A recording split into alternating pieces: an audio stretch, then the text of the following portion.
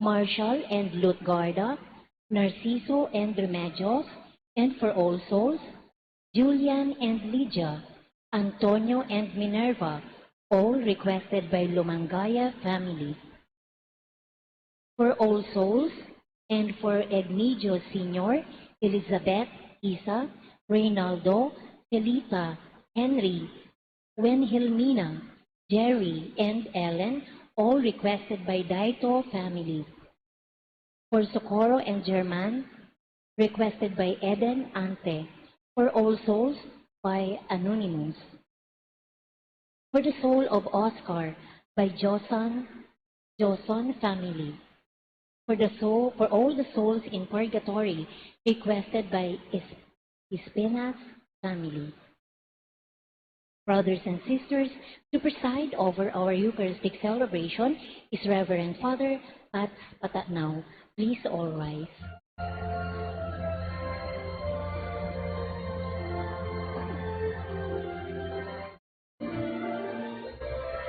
Come, let us sing to every nation, great is our God and King. He is the rock of our salvation. Lift up your heart and sing. So when the Lord's voice you hear, don't fear or harden your heart. We know that our God is near. If by the word see Him part, come let us sing to every nation. Great is our God and King. He is the rock of our salvation. Lift up your heart and sing. Great is our God and King. Let us now begin this Eucharistic celebration in the name of the Father, and of the Son, and of the Holy Spirit. Amen. The grace of our Lord Jesus Christ, and the love of God, and the communion of the Holy Spirit be with you all. And with your spirit. Brothers and sisters, together with the intentions being offered for this Mass, let us also ask God to hear our prayers, our personal petitions and intentions in this Mass. And may this celebration be an expression also of our sincere recognition of Jesus as the priority and the most treasured possession that we have in our life. And now let us acknowledge our sins and prepare ourselves to celebrate the sacred mysteries.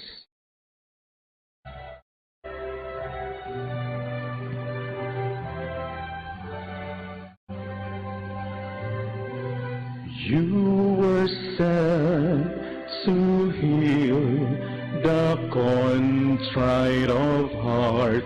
Kyrie eleison.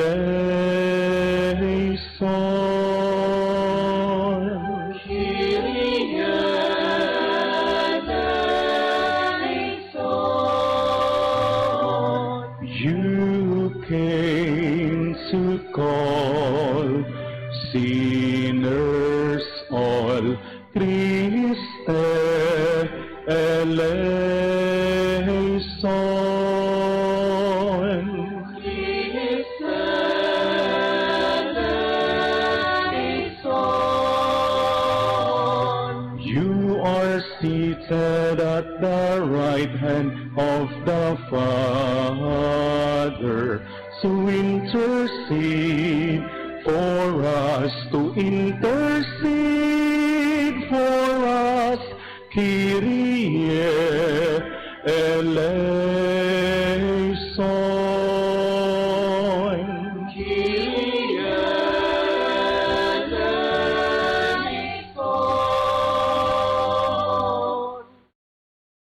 Let us pray. Almighty and merciful God, by whose gift your faithful offer you right and praiseworthy service, grant, we pray, that we may hasten without stumbling to receive the things you have promised, through our Lord Jesus Christ, your Son, who lives and reigns with you in the unity of the Holy Spirit, one God, forever and ever. Amen. Love is the fulfillment of the law. Let us listen to the first reading.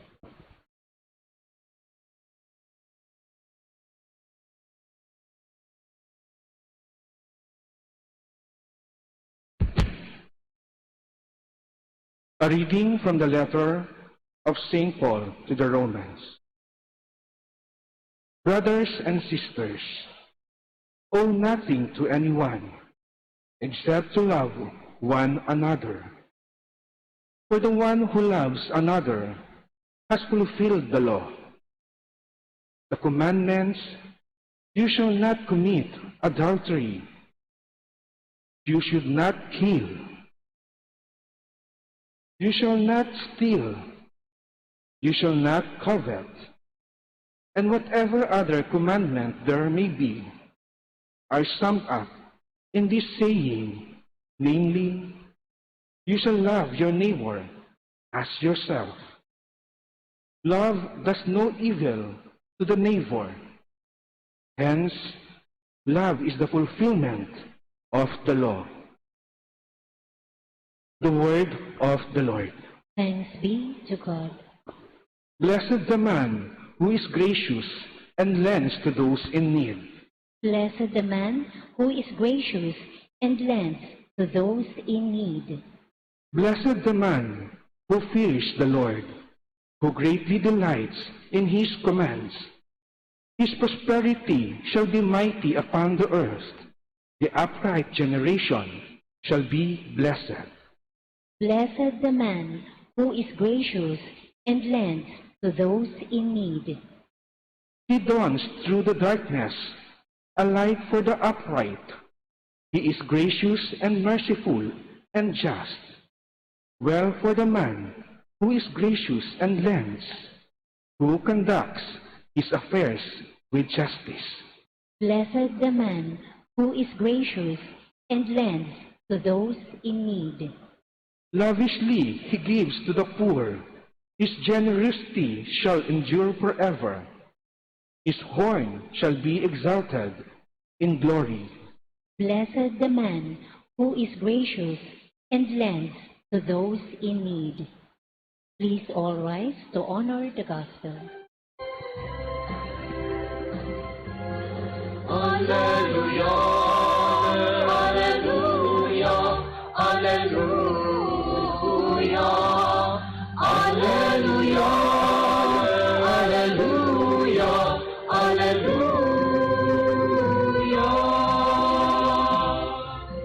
Speak, O Lord, your servant is listening. You have the words of everlasting life. Alleluia, Alleluia, Alleluia, Alleluia, Alleluia, Alleluia, Alleluia.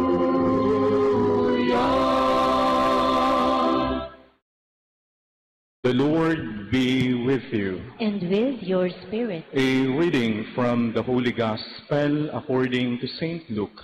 Glory to you, O Lord.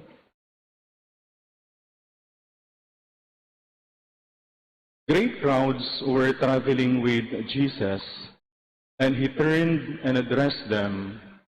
If anyone comes to me without hating his father and mother, wife and children, brothers and sisters, and even his own life, he cannot be my disciple.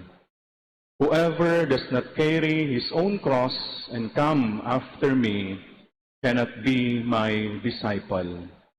Which of you, wishing to construct a tower, does not first sit down and calculate the cost to see if there is enough for its completion?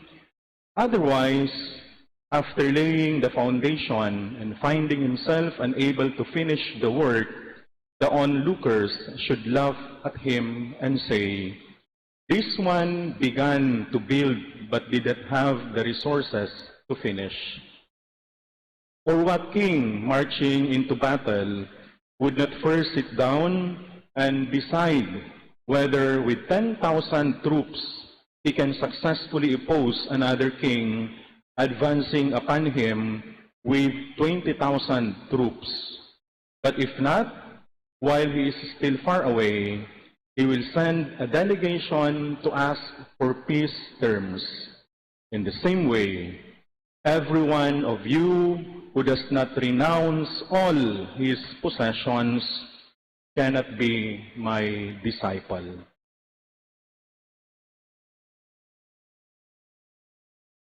Brothers and sisters, the Gospel of the Lord. Praise to you, Lord Jesus Christ.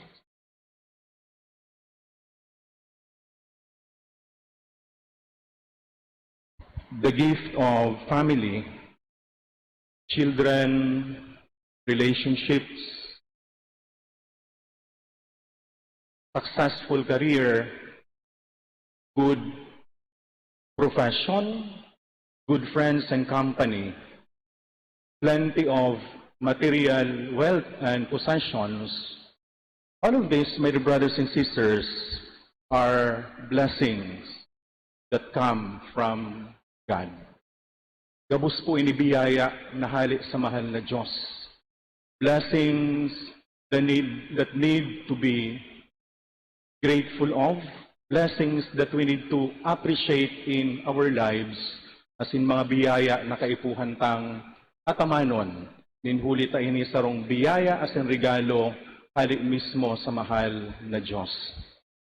And yet, in our gospel for today, taken from the Gospel of St. Luke, we heard Jesus telling us, anyone who wish to come after me without hating his mother, his father, his wife and children, brothers and sisters, and even his own life cannot be my disciples.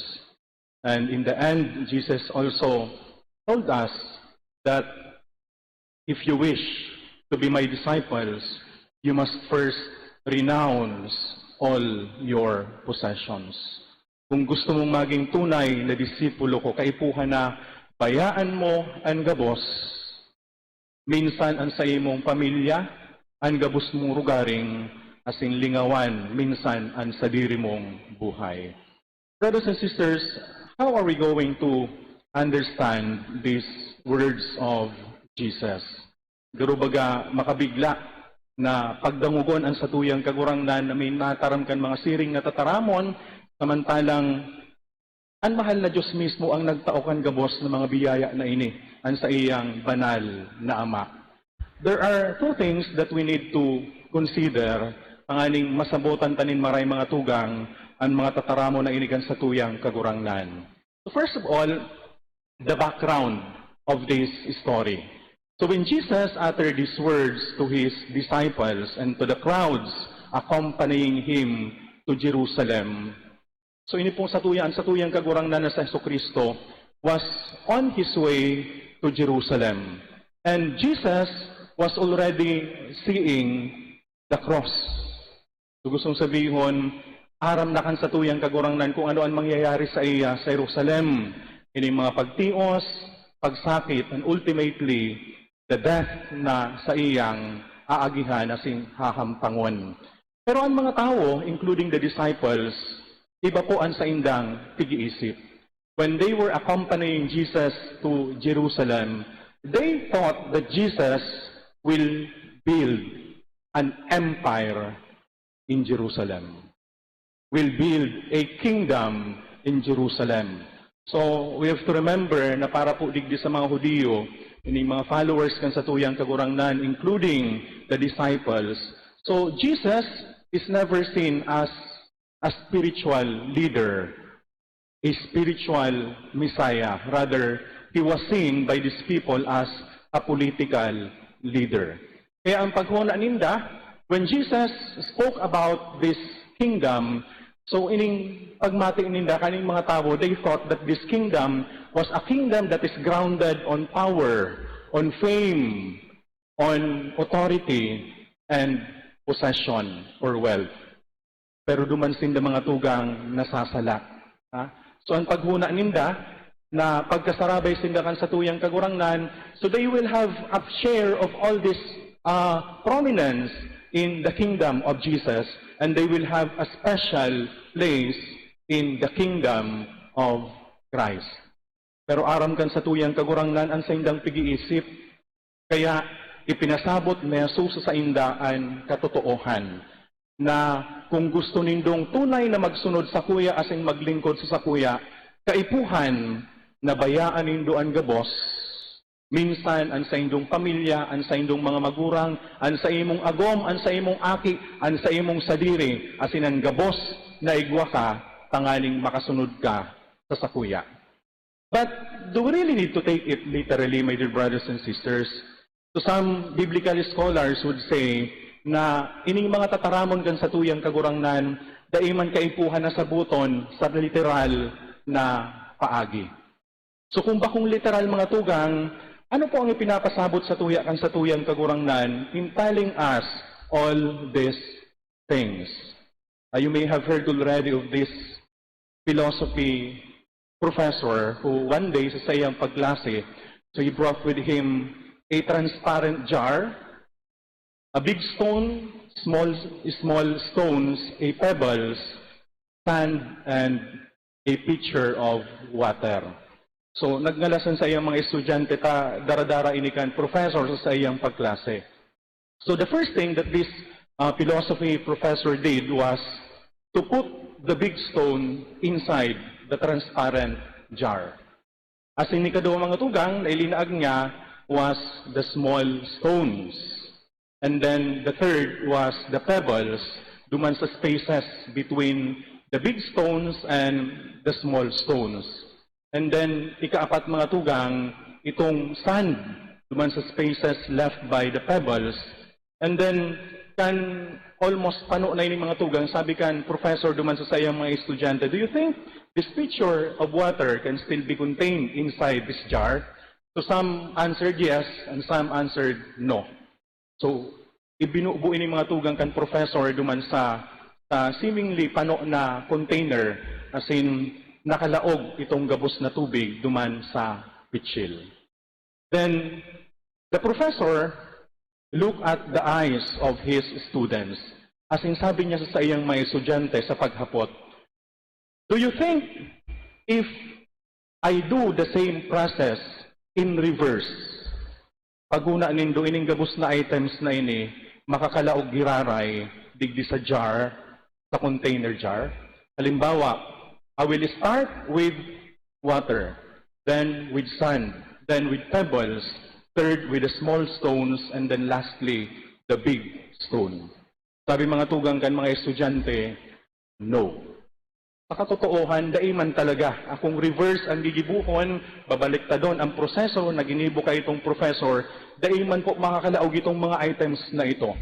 Then sabi kan professor duman sa iyang mga estudyante, you know what? This big jar is your life. That big stone is God. The small stones are your family, your career, your profession. The pebbles are your friends, your possessions. The sand and the water are the ones that you have in your life. Then sabi ka ining professor mga tugang, sa buhay ngayon nindo, akong gusto nindo na makalaog ang gabos na warang nawawalat, minsan itong mga salit na bagay na nakakatao sa induning kaugmahan, you must learn how to prioritize things in your life. And you have to understand na dapat sa buhay ta bilang mga tao, God must be our priority. Kung yaon ang mahal na Diyos, tigienot ta siya sa satuyang buhay, ang gabos masunod na sana, ang gabos mahihipnuan kan mahal na Diyos. In reality, my brothers and sisters, ang satuyang kagurangnan, iyo po ang nagiging dahilan kung ata intact ang gabos sa buhay ta. Pero siya mga tugang sarong magnet, na iyo ang naguhold kan mga bagay-bagay sa buhay ta, asin naglalaag sa tamang lugar kan gabos sa buhay ta. So imagine your life without God. Imagine one's life without God, na iyo ang nagkukontain kan gabos sa buhay ta. Sigurado po, everything will be in chaos. Sigurado na ang gabos, waragas sa buhay ta. And this is actually what is happening to people na nawawaaran ng direksyon sa saindang buhay. Ini ang precisely ang namamatay ano nangyayari sa mga tao na alos sa buhay ninda, garo baga namamatay ninda na wara ng karahayan na minaabot, ribong pirmi sa buhay. Ano ang problema? Because they do not give God a special place in their lives. Kaputunta daw mga tugangan sa tuyang mga sadiri, sa presente tang pagkabuhay ngunyan, kumusta ang pagtauta nin priority sa mahal na Diyos sa tuyang buhay. Tinatawan ta daw siya nin lugar sa satuyang puso. Tinatawan ta daw siya nin importanteng lugar sa satuyang buhay. So in today's gospel, Jesus is not actually telling us to literally renounce everything that we have in our lives for His sake. Kundi ang sinasabi niya sa tuya, kaipuhan, natatao ka mo na magprioridad kung ano ang dapat natawan ng importansya as in halaga sa saindong buhay. And you must realize na ang pinakamahalaga sa buhay nindo ay mismo ang mahal na Diyos. Jesus is not telling us to neglect our obligation sa satuyang mga pamilya, sa satuyang mga magurang, sa saimong agom, sa saimong aki, sa saimong mga tugang, sa saimong trabaho. But He is telling us na ang mahal na Diyos ang mas mahalaga sa gabos na ini. Because in reality, God is the source of everything that we have. So even if we have everything, if we don't have God in our life, we have nothing. Pero minsan, warang-wara kita mga tugang, kung ang mahal na Diyos, yaon sa buhay ta, then we have everything. In the name of the Father, and of the Son, and of the Holy Spirit. Amen.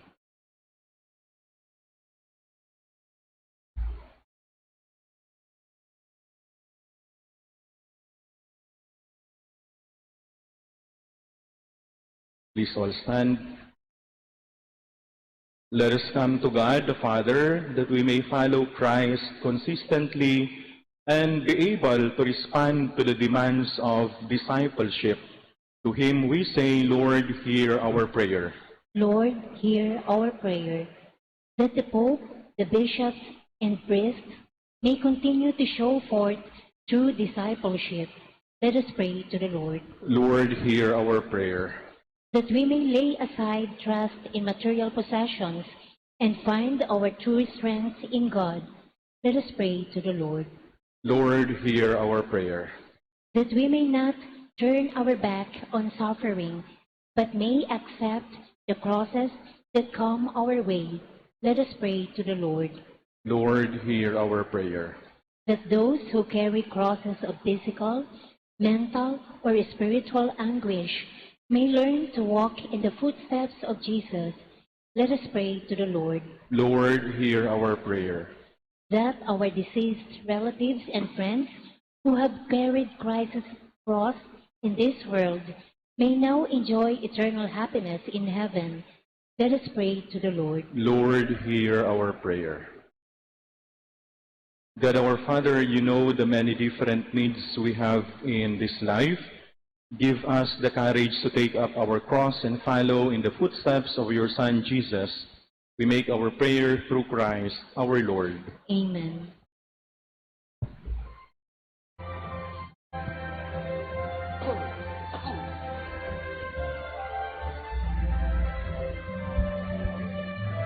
I now return this love that you've given me, O Lord, and raise to you this humble offering, O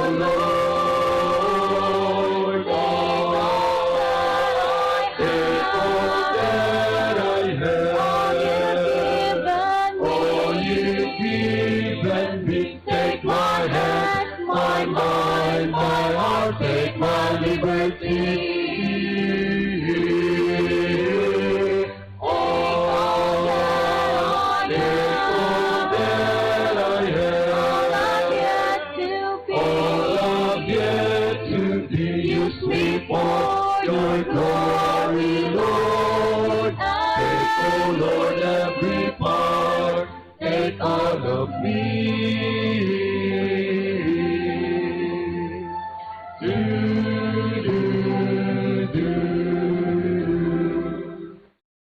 Pray, brethren, that my sacrifice and yours be acceptable to God, the Almighty Father. May the Lord accept the sacrifice at your hands for the praise and glory of his name, for our good and the good of all his holy church. May these sacrificial offerings, O Lord, become for you a pure oblation, and for us a holy outpouring of your mercy. We ask this through Christ our Lord. Amen. The Lord be with you. And with your spirit, Lift up your hearts. we lift them up to the Lord. Let us give thanks to the Lord our God. It is right and just. It is truly right and just, our duty in our salvation, always and everywhere to give you thanks, Lord, Holy Father, Almighty and Eternal God. For through the saving passion of your Son, the whole world has received a heart to confess the infinite power of your majesty, since by the wondrous power of the cross, your judgment on the world is now revealed, and the authority of Christ crucified. And so, Lord, with all the angels and saints, we too give you thanks, as in exaltation we all acclaim.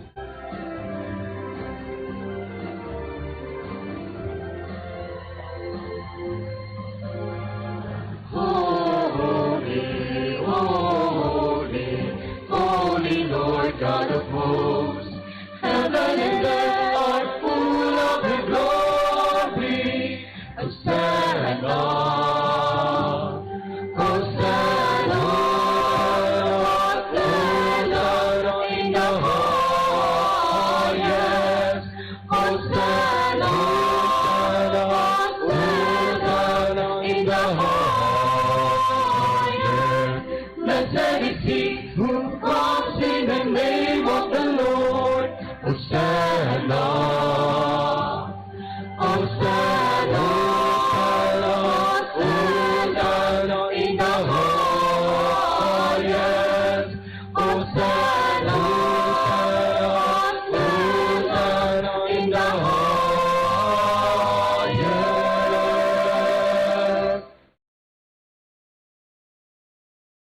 You are indeed holy, O Lord, the fount of all holiness. Make holy therefore these gifts, we pray, by sending down your Spirit upon them like the dewfall, so that they may become for us the body and blood of our Lord Jesus Christ. At the time he was betrayed and entered willingly into his passion, he took bread and giving thanks, broke it and gave it to his disciples, saying, "Take this, all of you, and eat of it, for this is my body, which will be given up for you."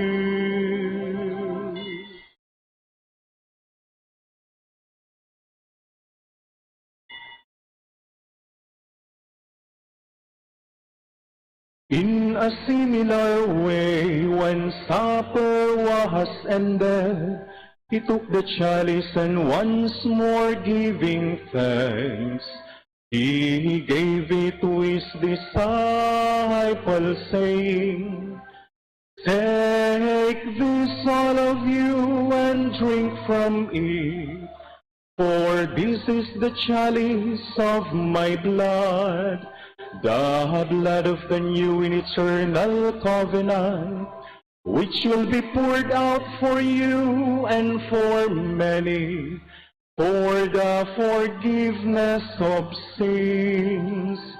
Do this in memory of me."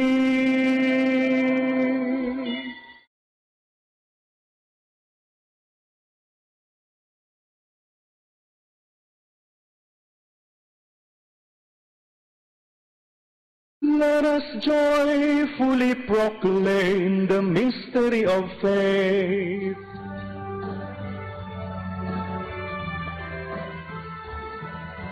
When we eat this bread and drink this cup, we proclaim your death, O Lord, until you come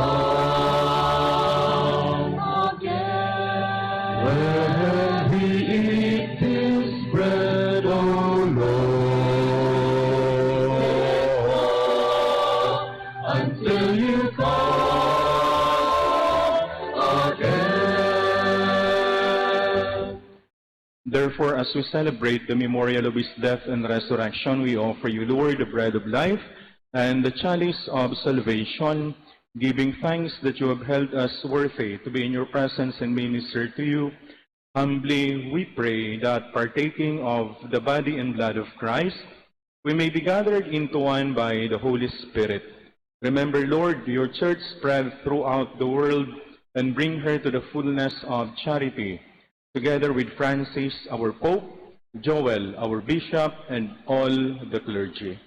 Remember also our brothers and sisters who have fallen asleep in the hope of the resurrection, and all who have died in your mercy. Welcome them into the light of your face. Have mercy on us all, we pray, that with the Blessed Virgin Mary, Mother of God, with the blessed apostles and all the saints who have pleased you throughout the ages, may we merit to be co-heirs to eternal life, and may praise and glorify you through your Son, Jesus Christ.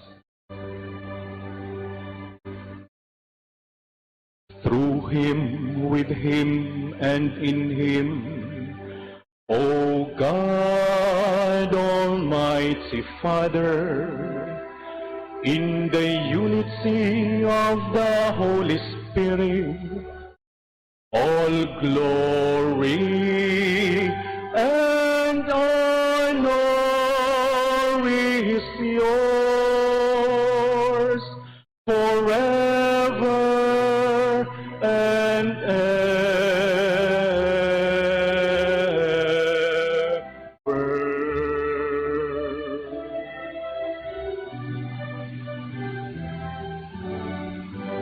Amen, amen, amen, amen, amen, amen, amen. At the Savior's command and formed by divine teaching, we all sing.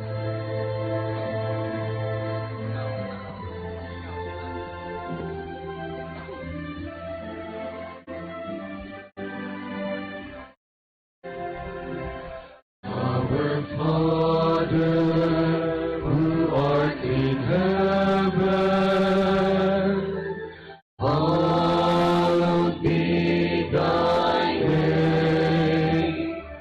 Thy kingdom come, thy will be done, on earth as it is in heaven. Give us this day our daily bread, and forgive us our trespasses, as we forgive those who trespass against us. And lead us not into temptation,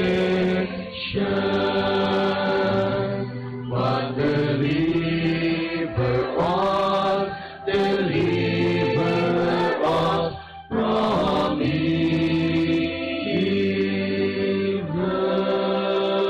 Deliver us, Lord, we pray, from every evil.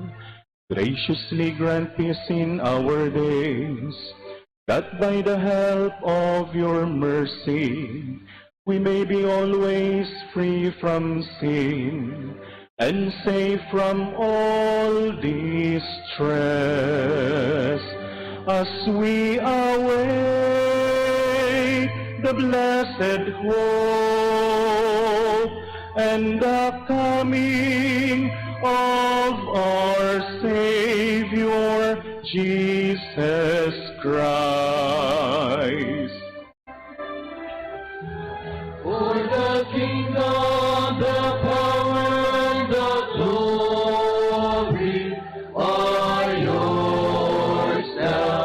and forever.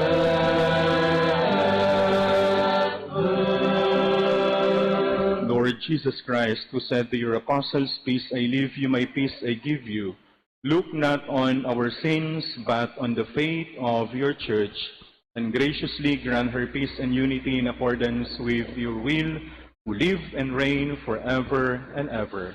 Amen. The peace of the Lord be with you always. And with your spirit. Let us offer each other the sign of peace.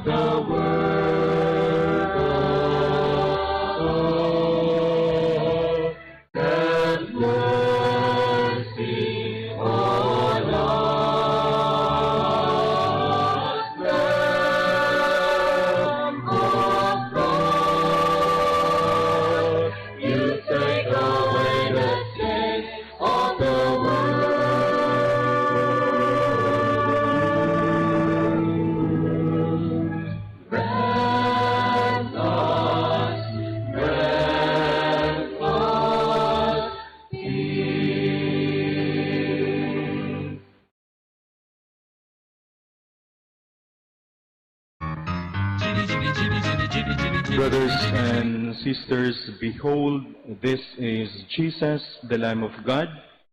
Behold him who takes away the sins of the world. And blessed are those called to the supper of the Lamb. Lord, I am not worthy that you should enter under my roof, but only say the word, and my soul shall be healed. May the body and blood of Christ bring us to everlasting life. Amen. The body of Christ. Amen. Spiritual Communion Prayer. As I cannot this day enjoy the happiness of assisting at the Holy Mysteries, O my God, I transport myself in spirit at the foot of your altar. I unite with the Catholic Church, which by the hands of the priest offers you, your adorable Son, in the holy sacrifice. I offer myself with him, by him, and in his name. Apply to my soul, I beseech you, merciful Jesus, your infinite merits. Apply them also to those for whom I particularly wish to pray. I desire to communicate spiritually, that your blood may purify, your flesh strengthen, and your spirit sanctify me. May I never forget that you, my divine Redeemer, died for me. May I die to all that is not you, that hereafter I may live eternally with you. Amen.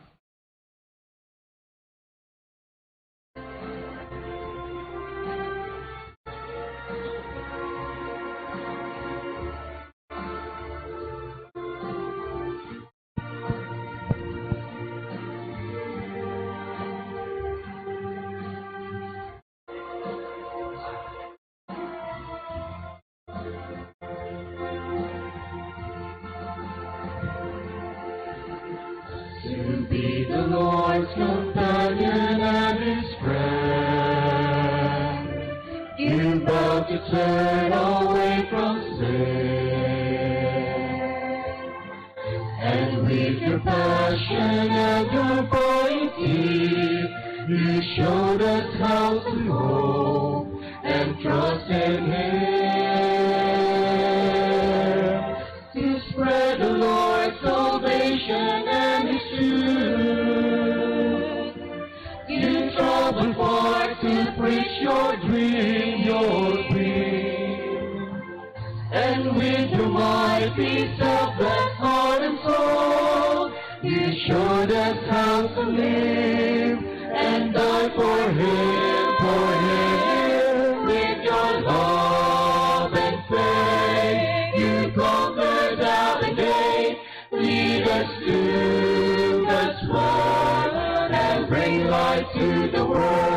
Guide us all as we prepare our hearts to be your company, in mission to create God's kingdom here on earth.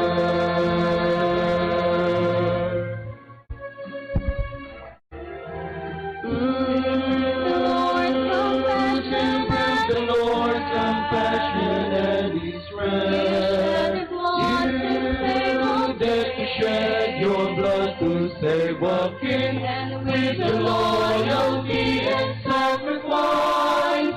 You showed us how to love and honor Him with your love and faith. You conquered the day, lead us to God's word and bring light to the world.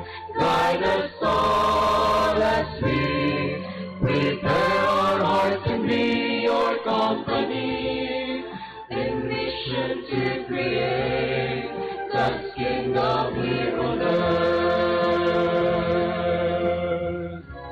Oh, with your love and faith, you conquered our day, lead us to God and bring light to the world, and guide us all as we prepare to be your company, mission to create here on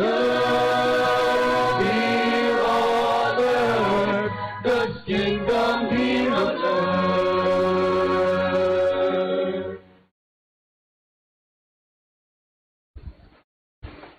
Let us pray.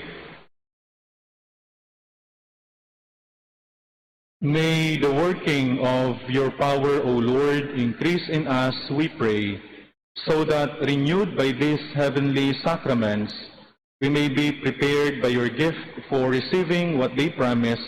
We ask this through Christ our Lord. Amen.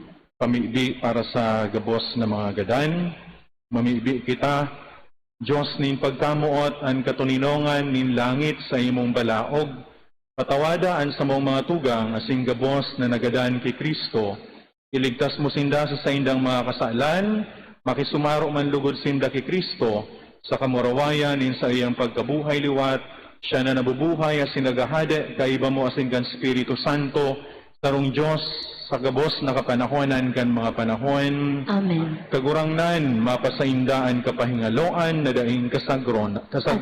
Asing magbangraw sa inda, ang liwanag na daing katapusan. Mapasaindaan matuninong na kapahingaloan. Amen. Sa pagkaherap ning mahal na Diyos, mapasaindang kalag asing gabos na mga gadan an matuninong na kapahingaloan. Amen. Nuestra Señora de Salvación. Ipamibi mo kami asin ang gabos na mga gadan.